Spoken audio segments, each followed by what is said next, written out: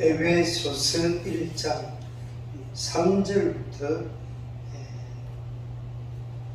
14절까지 3절부터 14절까지 함께 읽겠습니다. 찬송하리로다.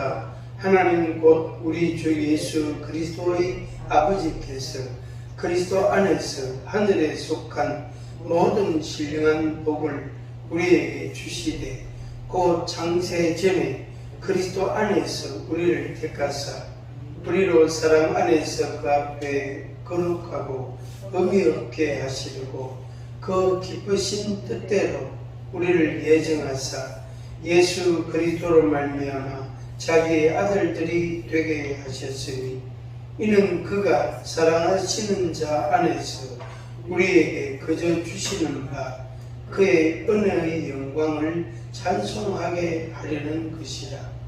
우리는 그리스도 안에서 그의 은혜의 풍성함을 따라 그의 피로 말미암아 속량 곧 죄 사함을 받았느니라.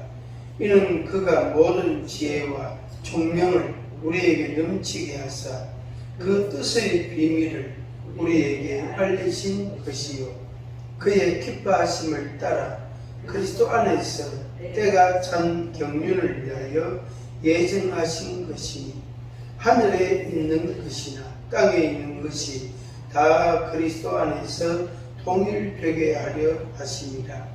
모든 일을 그의 뜻의 결정대로 일하시는 이의 계획을 따라 우리가 예정을 입어 그 안에서 기업이 되었으니 이는 우리가 그리스도 안에서 전부터 바라던 그의 영광의 찬송이 되게 하려 하심이라. 그 안에서 너희도 진리의 말씀 곧 너희의 구원의 복음을 듣고 그 안에서 또한 믿어 약속의 성령으로 인치심을 받았으니 이는 우리 기업의 보증이 되사 그 얻으신 것을 속량하시고 그의 영광을 찬송하게 하려 하심이라. 아멘. 신령한 복이 여러분에게 충만하기를 바랍니다. 우리가 육을 가지고 있단 말이에요. 몸을 가지고 있는데 영이 있다. 그래서 영이 있고 몸이 있고 영이 있는데 그 신령한 복에 대한 말씀을 에베소서 1장 3절 이하에서 아주 소상하게 그리고 구체적으로 그러면서 아주 요점적인 중요한 단어들을 일일이 다 이야기하면서 기록을 해놨습니다. 그래서 이 말씀을 보면 신령한 복이라는 게 이런 것이구나 하는 것을 아주 정확하게 알 수가 있습니다. 그래서 이 표면적인 부분하고 또 이면적인 부분하고 전부 다 알 수가 있습니다. 그래서 겉으로는 나타나는 표면적인 것은 이렇게 되어지고 또 이런 것이 신령한 복이라 말할 수 있고 그 이면적인 것, 보이지 않는 것들 그런 것들은 이런 것이다. 그래서 이런 것들이 있는 사람, 이런 것들을 받은 사람들은 신령한 복을 받은 사람이다. 그것을 보여주고 있습니다. 설명해주고 있습니다. 이 에베소서는 옥중서신입니다.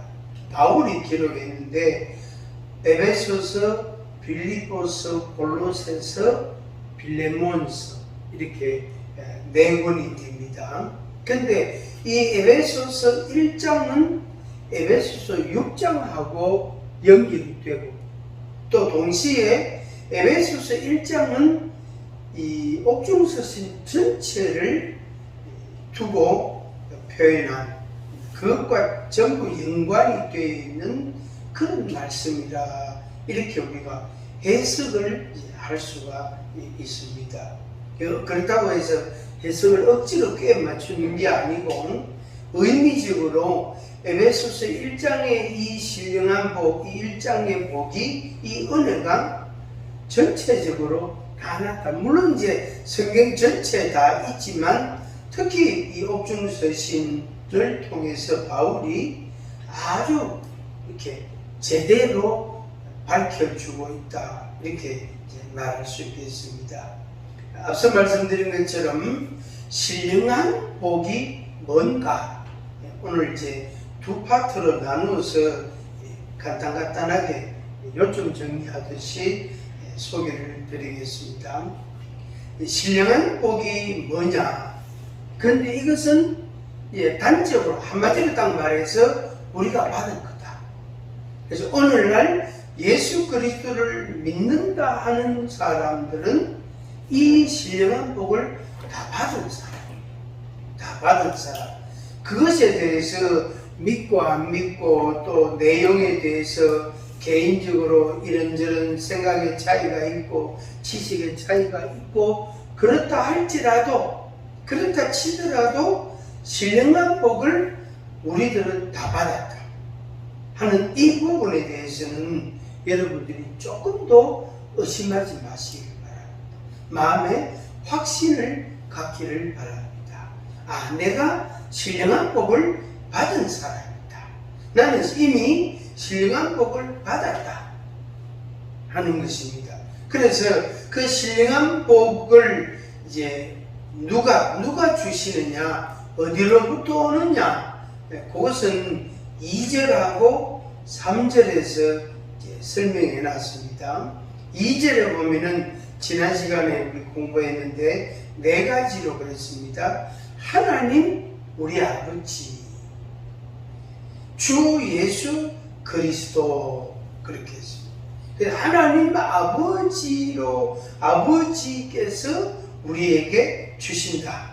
주 예수님께서 우리에게 주신다. 근데 그 예수님께로부터, 로부터 그랬죠. 그 예수님으로부터 우리에게 왔다. 주어졌다. 그런 말씀. 그걸 간략하게 요약해서 은혜와 평강이다. 은혜와 평강이다.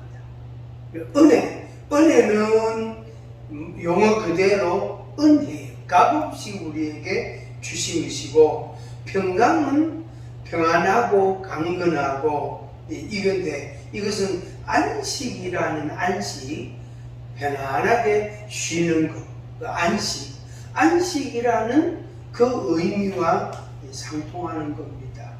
결국 무슨 말이냐면은 은혜와 평강이라는 것은 영원한 천국의 그 영생의 축복, 그 은혜, 그걸 우리가 이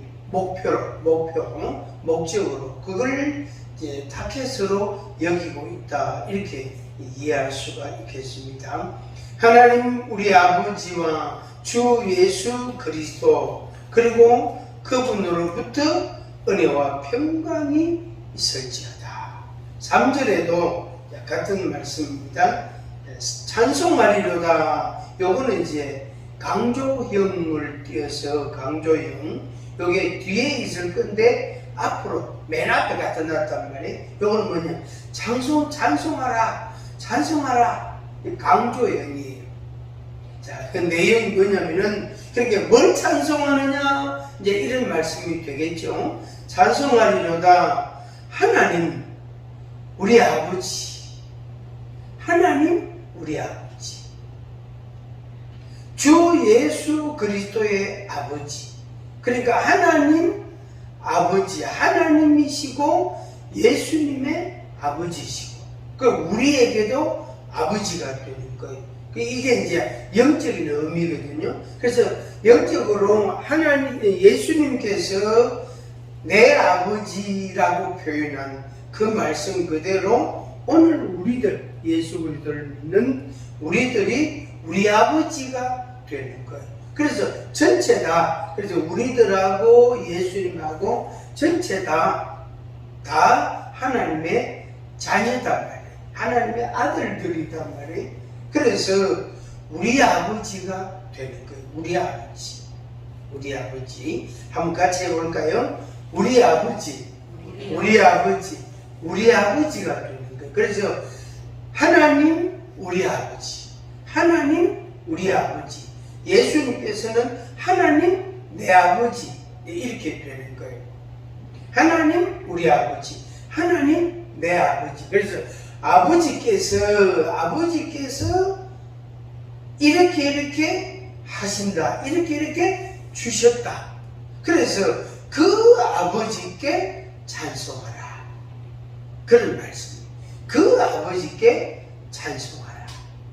그 아버지께. 그래서 먹든지 마시든지 무엇을 하든지 다 하나님의 영광을 위하여 하라 하는 그 말씀 하나님께 영광을, 그러니까 하나님께 영광을 돌리라, 하나님께 영광이 되게 하라 하는 그 말씀, 거기에 모든 방점이 다 있는 것, 모든 목표가 다 포함되어 있는 겁니다. 그래서 예수님께서, 하나님의 독생자 예수님께서도 아버지께 영광, 또 예수 그리스도를 믿어 구원받는 우리들도 아버지께 영광, 그렇게 해서 우리가 전부 다 하나님 아버지께 영광을 돌리게 되어지는 겁니다. 이것이 이제 우리의 삶의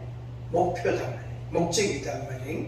근데 그걸 가리켜서 신령한 복을 받은 사람, 신령한 복을 받은 사람, 그 사람은 그렇게 마땅히 해야 된다. 하나님 아버지께 영광이 되게 해야 된다 하는 그런 말씀입니다. 그러면 이제 신령한 복은 뭐냐? 여기에 이 3절에 나오는 대로 수식어가 하늘에 속한 것, 하늘에 속한. 근데 그 하늘에 속한 그것에 대한 수식어가 또 뭐냐면은 그리스도 안에서 그랬어요. 우리 주 예수 그리스도의 아버지께서 그리스도 안에서 이랬어요. 그리스도 안에서,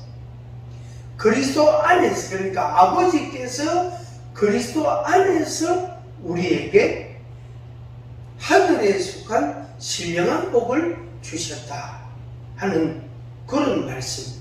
그렇게. 그러면 이제 그리스도 안에서라는 이 말씀 조금 더 말씀드리겠습니다.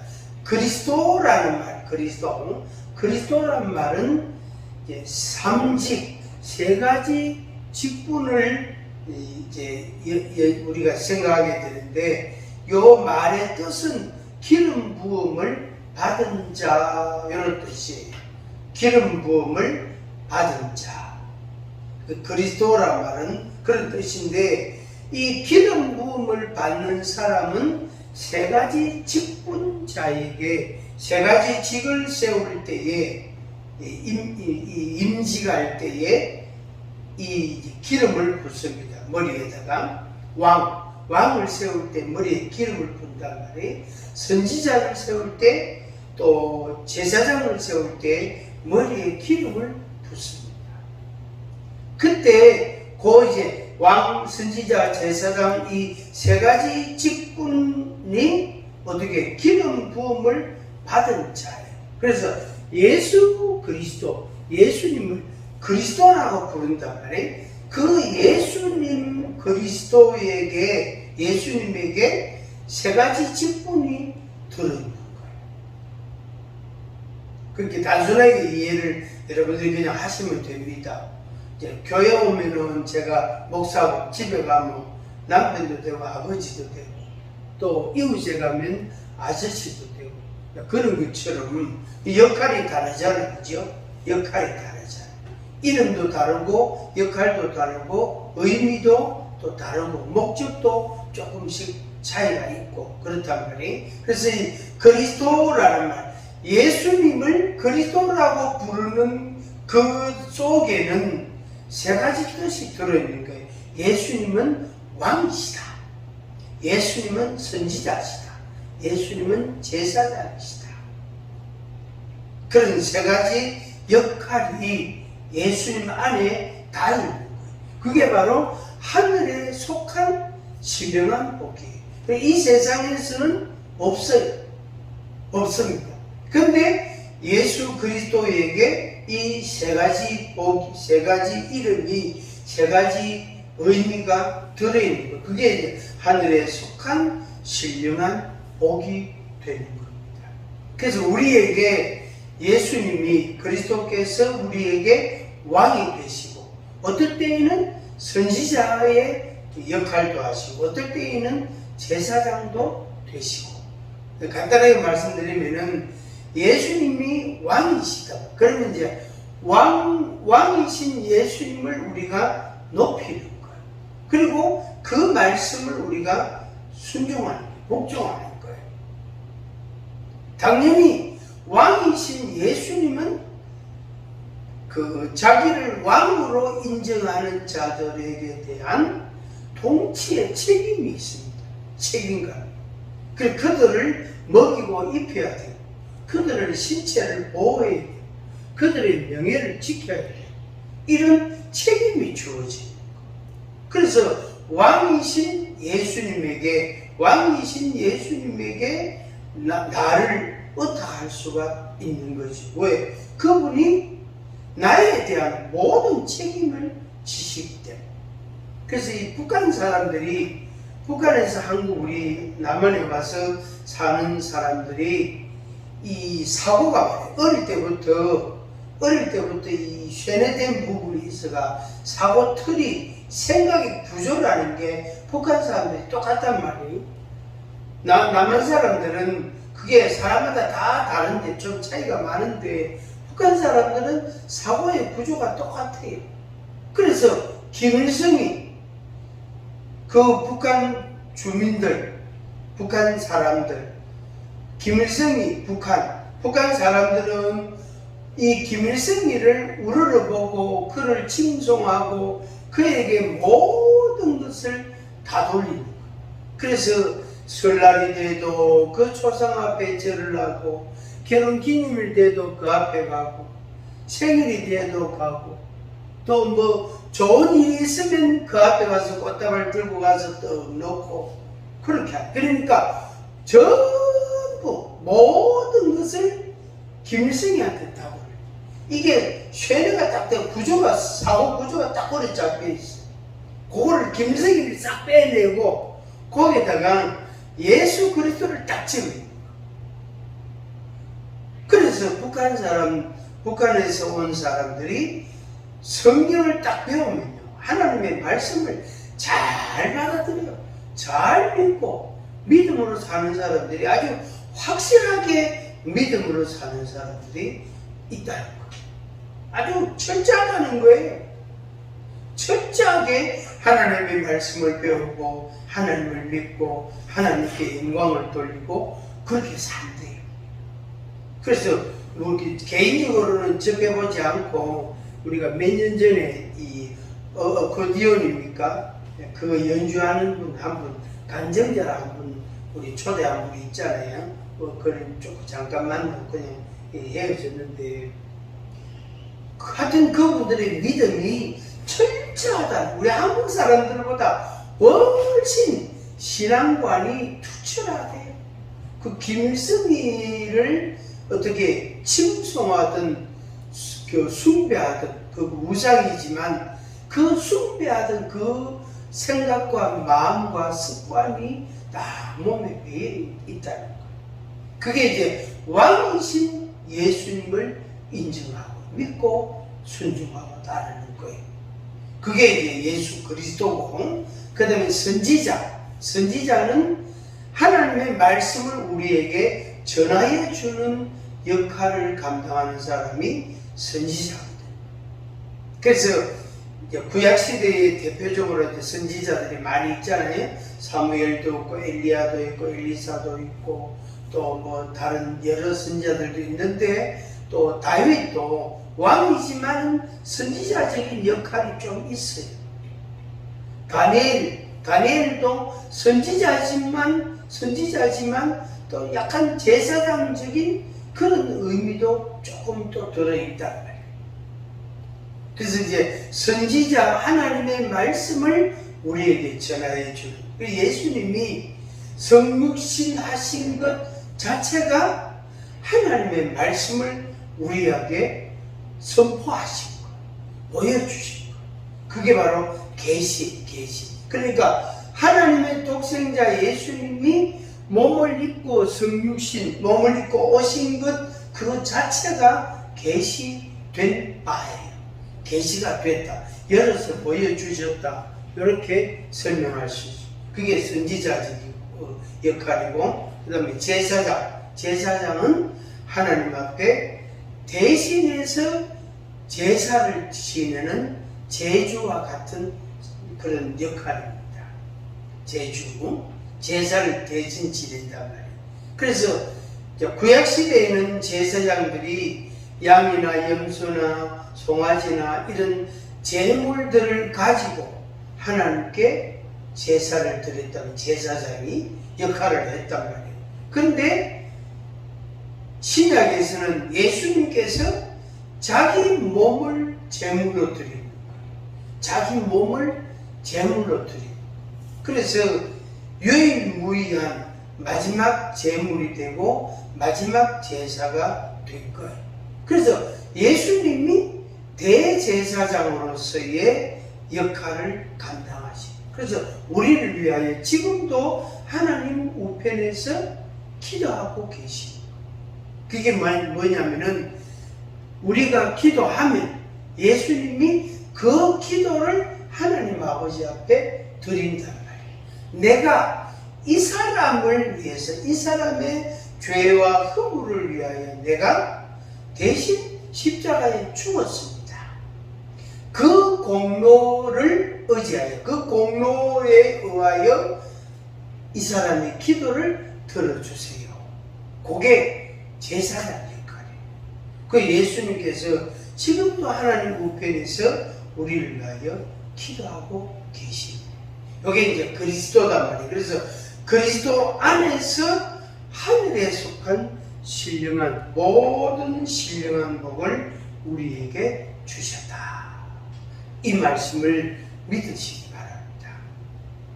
그러니까 신령한 복을 우리는 받은 사람이다. 받을 것이다가 아니고 받은 사람이다. 나는 이미 받았다.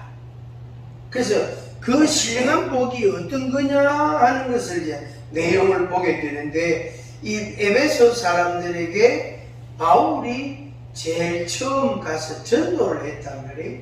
복음을 전했단 말이에요. 그러니까 에베소 가보니까 우상이요, 에베소에 얼마나 많은지 몰라요. 나중에는 이름을 짓다가 지을 게 없으니까 이름 없는 우상들도 많이 있는 거예요. 그리고 풍요의 신하고 음란의 이 신하고는 이게 같은 거거든요. 풍요, 다산, 자녀를 많이 낳는 거, 다산하고 음란하고가 이게 같은 겁니다. 그래서 그 성에, 그 에베소라는 도시 안에 여신상들이 얼마나 많은지, 그게 음란이 성행하였고 동시에 그게 바로 풍요의 신, 그게 다산을 의미해요. 그리고 그 에베소라는 도시가 이 물질이 풍부한 그런 도시입니다. 그리고 거기에서 그거하고 신령한 복이라는 것하고 요거는 확실하게 대비가 딱 되는 거예요. 대비가 딱 되는 거. 수박을 절반 딱 쪼개면요, 딱 쪼개면 한쪽은 둘 다 수박이잖아요, 그죠? 그런데 요걸 딱 쪼갠 것과 같아요. 그런데 그 속에 빨갛게 익은 속살이 있잖아요. 그걸 우리가 먹잖아요, 그죠? 그래서 실제로 고기에 영양가가 별로 없대. 수박 껍데기에 영양가가 많대. 그런데 우리는 진짜 영양가 있는 다 버리고 속에 있는 빨간 거 그것만 먹고 단맛만 보고 있다가 물하고 수분하고. 그래서 이 신령한 복이라는 것하고 육신의 복, 물질의 복이라는 거하고 요 두 가지를 이렇게 깊이 들어가 보면은 요게 통하는 게 있다. 요게 일치하는 바가 있단 말이에요. 그리고 그 에베소의 물질의 풍요함이 있는 그 도시에서 신령한 복이라는 것으로 그들에게 어필하고 그들에게 말씀을 계속 전하는 거예요. 바울이 전했다. 다른 도시보다 훨씬 오랜 시간을 전했다. 그리고 에베소 교회가 세워지고 모여서 예배를 드리고 하나님을 찬양하고 말씀을 공부하고 그렇게 했단 말이에요. 그래서 이 서신을 받은 사람들, 그러니까 에베소 사람들 중에 바울로부터 복음을 들은 사람들은 이 신령한 복을 다 받은 사람들이 다 받은 사람.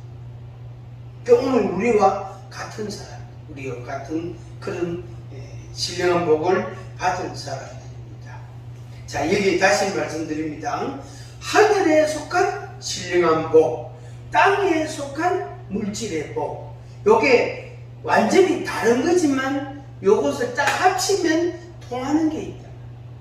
앞서 말씀드린 것처럼 수박을 반쪽 딱 내고 그걸 딱 붙이면 또 수박 하나가 되잖아요. 요게 통하는 거예요. 그래서 하늘에 속한 신령한 복, 그걸 우리가 받았다. 덩달아서 거기에 의해서 땅에 있는 물질의 복도 우리가 덩달아 받게 되는 것. 그 신령한 복과 함께 받게 되는 것. 그래서 이것이 신령한 복, 하늘에 속한 신령한 복이 뭐냐면 통로가 되는 거예요. 이 파이프와 같이 물을 이동시키는, 물을 옮기는 그런 관과 같은 그런 역할을 하는. 그게 우리에게 주어지게 되는 겁니다. 자, 그 다음에 이제 신령한 복에 대한 말씀입니다. 신령한 복은 이런 것이다 하는 것을 4절부터 한번 살펴보겠습니다. 창세 전에 그랬습니다. 언제요? 창세 전에. 창세 전이 언제입니까? 우리가 모르는 시간이래. 그래서 시간이라는 개념은 하나님께는 없어요. 하나님은 영원하시기 때문에 시간이라는 개념이 없어요.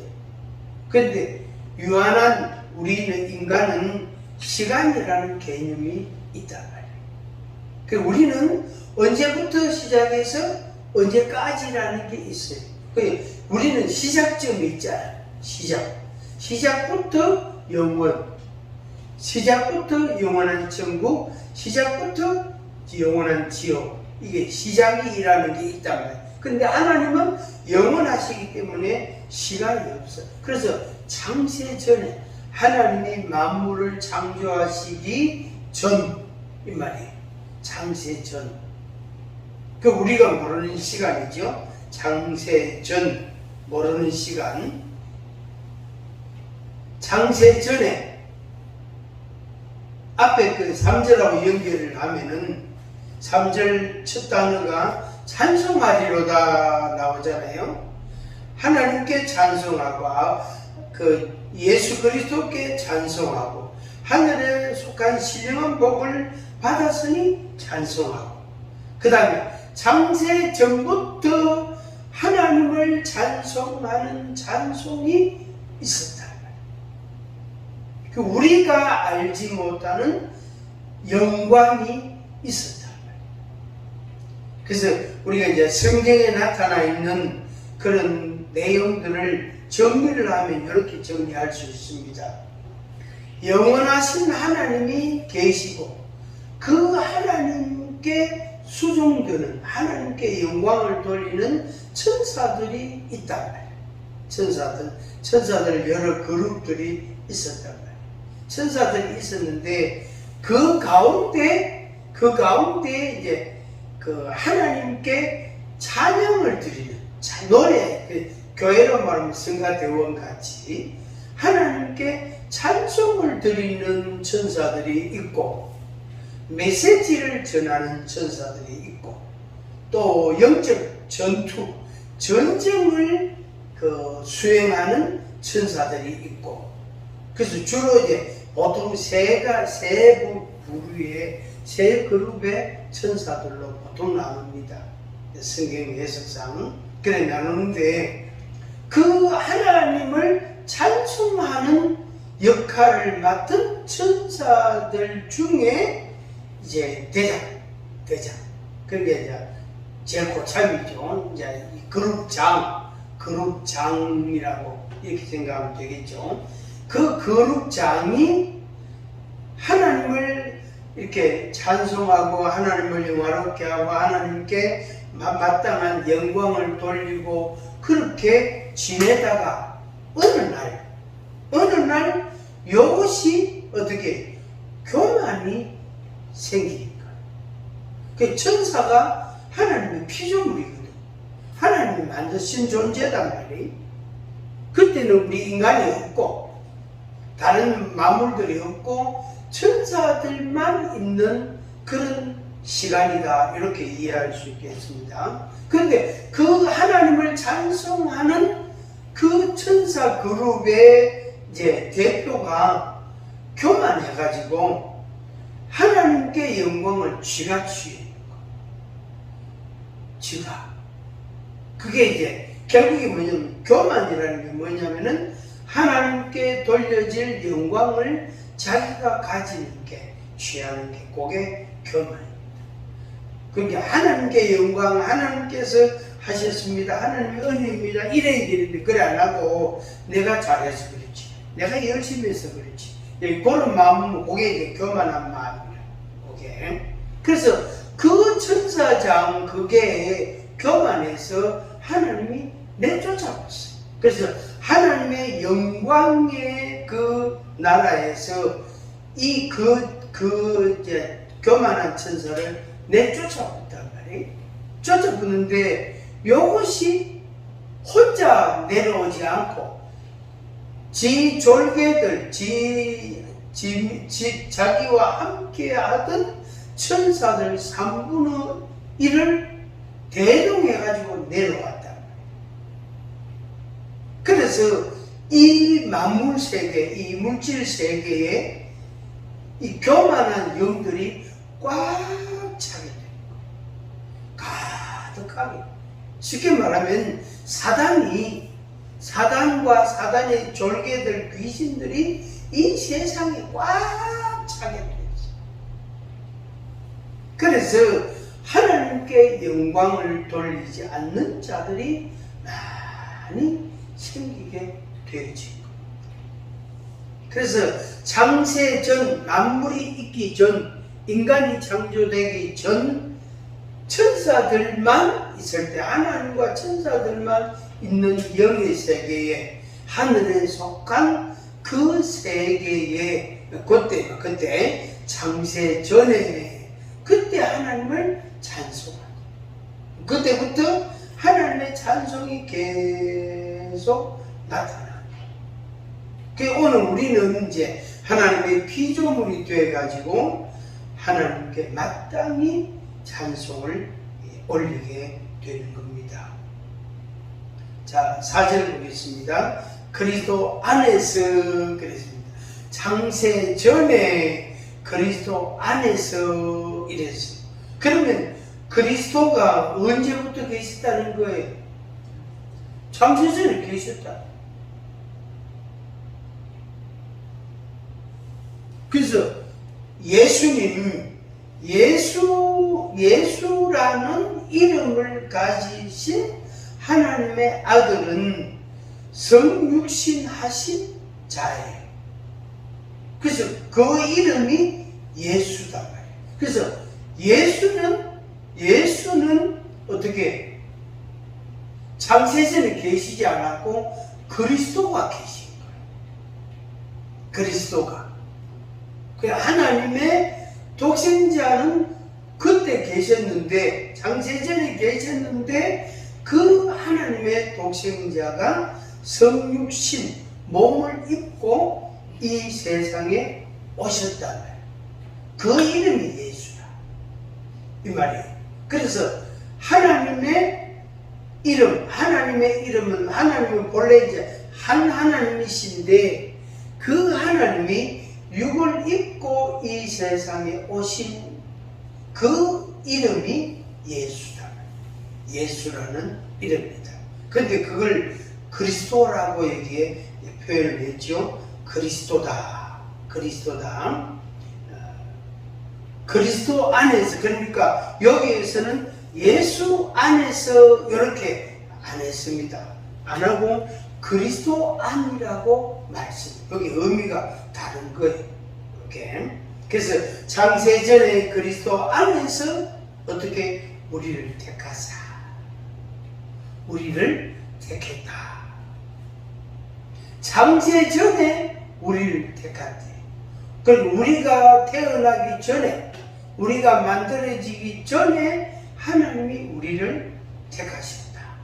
이것은 그냥 믿어야 되는 거예요. 우리가 모르잖아. 그렇잖아요. 그죠? 애가 태어났는데 내가 어디서 태어났어? 엄마 뱃속에서 나왔지. 내가 언제부터 있었지? 언제부터 있었기는 그때부터 있었지. 근데 그게 설명이 안 되잖아요. 엄마는 언제부터 있었어? 엄마는 그때 할머니한테. 할머니는 또 그럼 올라가면 이제 그 잡을 수가 없는 거예요. 설명이 안 되는 거예요. 애가 태어나는 것은 그냥 내가 엄마 아빠에게서 내가 태어났다. 그건 그냥 아는 거예요. 그냥 믿어야 되는 거예요. 지식이란 말이에요. 내가 그냥 인정해야 되는 거. 거기에는 특별한 설명이 필요 없고 설명할 수도 없는 것입니다. 예, 요 같은 말입니다. 창세전에 그리스도 안에서 우리를 택하셨다. 이게 무슨 말이냐? 이건 그냥 믿음으로만 아는 거예요. 믿음으로 아는 것밖에 다른 방법이 없어요. 하나님이 나를 택하시구나. 언제? 창세전에. 그러니까 만물이 만들기 전에 나를 택하셨다. 사실 이론적으로 논리적으로는 이게 도저히 이해가 안 됩니다.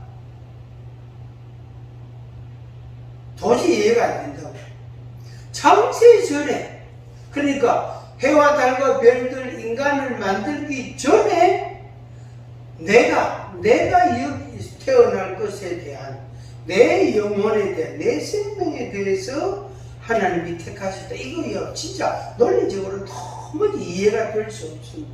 그래서 우리가 그냥 지식으로 받아들이고 그냥 믿는 거예요.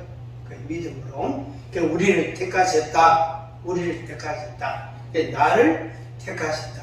창세전에 나를 택하셨다. 두 번 시작. 창세전에 나를 택하셨다. 창세전에 나를 택하셨다. 그 다음에 우리로 사랑 안에서 그랬어요. 그 앞에 거룩하고 흠이 없게 하시려고. 우리로 사랑 안에서 그랬어요. 택함을 받은 우리로 사랑 안에서. 요 사랑은 아버지의 사랑, 아들 예수님의 사랑. 그 사랑 안에서 말이 사랑 안에서 그 앞에 거룩하고 흠이 없게 하시고. 우리를 흠이 없게 하시고. 그러니까 창세전에 택할 때에는 우리가 흠이 없었어요. 그런데 내가 태어나고 죄인이 되고 죄를 범함으로 인해서 흠이 있는 자가 되었어요. 허물이 있는 자가 됐단 말이에요. 상처가 투성이단 말이에요. 머리부터 발끝까지 없는 데가 없어. 그래서 40이 넘어가면은 어느 날 피부에 검은 점들이 하나씩 생기기 시작하잖아요. 그렇죠? 그래서 요새는 제가 보면 억수로 많아요. 얼굴도 그렇지만 얼굴도 돋보기 같은 거 이런 자세히 보면요. 얼마나 많은지 몰라요. 많아요. 팔에는 진짜 많아요. 손등도 많아요. 이게 바로 이것에 곱하기 몇 배쯤 될까요? 우리의 죄와 허물이 많단 말이에요. 그래서 이 사랑 안에서 우리를 어떻게 해요? 흠이 없게 하시려고 하신다. 흠이 없게 하시려. 그래서 흠이 없게 하심으로 인해서 우리는 그것이 너무 좋고 귀하고 고맙고 그래서 하나님을 찬송하는 것, 하나님을 감사하는 것. 자꾸 찬송하고 감사하고 찬송하고 5절만 하나 더 보겠습니다. 그 기쁘신 뜻대로 그랬죠. 1장 1절에도 하나님의 뜻으로 말미암아 그랬죠. 뜻대로, 아버지의 뜻대로, 하나님의 뜻대로 이 말이 우리를 예정했다. 하나님 마음이다. 하나님 뜻대로 우리를 예정했다. 거기에 이유와 뭐 조건과 무슨 부연 설명이 필요 없는 거예요. 하나님의 뜻대로 우리를 예정했다. 뭐 그 한마디에 모든 답이 다 그냥 정리가 다 되는 거예요. 다른 의문이나 무슨 설명이나 이런 것들이 필요치 않습니다. 그럼 우리는 그냥 믿는 거예요. 믿는 것밖에 없습니다. 예수 그리스도를 말미암아 자기의 아들들이 되게 하신다. 목적은 아들 되게. 그러니까 하나님 아버지께서 우리를 택하시고 우리를 흠이 없게 하시고 우리를 사랑하시고 그렇게 해서 우리를 뭘 삼으려고? 아들 삼. 그러니까 흠투성이인 우리를 불러가지고 그러니까 택한 자를 때가 되어 불러가지고 우리를 흠없게 하시고 어떻게 우리가 하나님의 아들이 되게 하지. 그래서 우리는 신분이 하나님의 아들이 된 거예요. 하나님의 아들. 이게 바로 하늘에 속한 신령한 복입니다. 그러니까 우리는 하나님의 아들이 된다. 나중에 이제 다음 시간에 또 나오겠지만은 인치심을 받았어. 인치심. 그 인쳤다는 말은 도장 찍었다는 말이거든요. 도장 찍었다. 인쳤다. 도장 찍었다. 이 말인데, 요 인치심 때문에, 그러니까 내 아들로 하나님이 인쳤다. 도장을 찍었단 말이에요. 도장을 찍은 요것 때문에, 요 신령한 복이 있기 때문에, 이 사단이, 악한 영이 우리를 해하지를 못하는 거예요.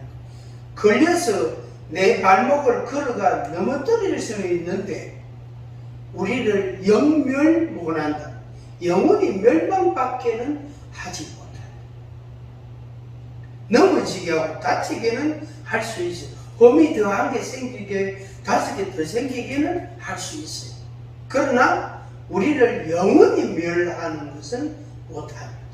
하나님이 택하셔서 자기 아들로 삼았기 때문에 그거에 대한 책임을 하나님이 지시는 거예요. 이거는 우리가 믿어도 되는 복음입니다. 그래서 하나님의 아들이 되게 하셨다. 우리는 하나님의 아들, 인침을 받았어. 그래서 우리의 이마에는 어떻게 도장 탁치기.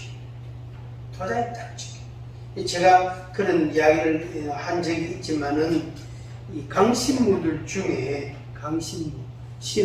신내림을 받은 사람들, 강신무들 중에 그 예수 믿는 사람, 예수를 신앙 고백하는 사람이 저마로 가면 당신한테 십자가가 보인다. 내한테 오지 말고 당신은 교회로 가라. 예수한테 가라. 교회로 가라. 그래서 내한테 올 필요 없다. 이렇게 말하는 사람들이 있단 말이에요. 그게 어쩌면 우리가 다 그렇지만 근래에 있는 우리 강교사님 같은 경우는 확실하죠.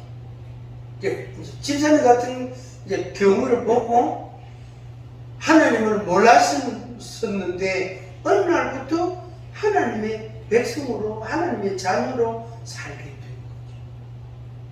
그 우리가 다 그런 사람이 된 거예요. 다 그게 바로 뭐냐면은 창세 전에 예정되었고 예정하시고 때가 되어 부르시고 때가 되어 우리를 구원해 주시고 우리에게 죄 사함의 은혜를 주시고 뭐가 되게 하셨다? 하나님의 자녀가 되게 하나님의 아들이 되게 하셨다. 그럼 우리는 하나님의 아들입니다. 이 믿음을 오늘 여러분들이 확실히 갖기를 바랍니다.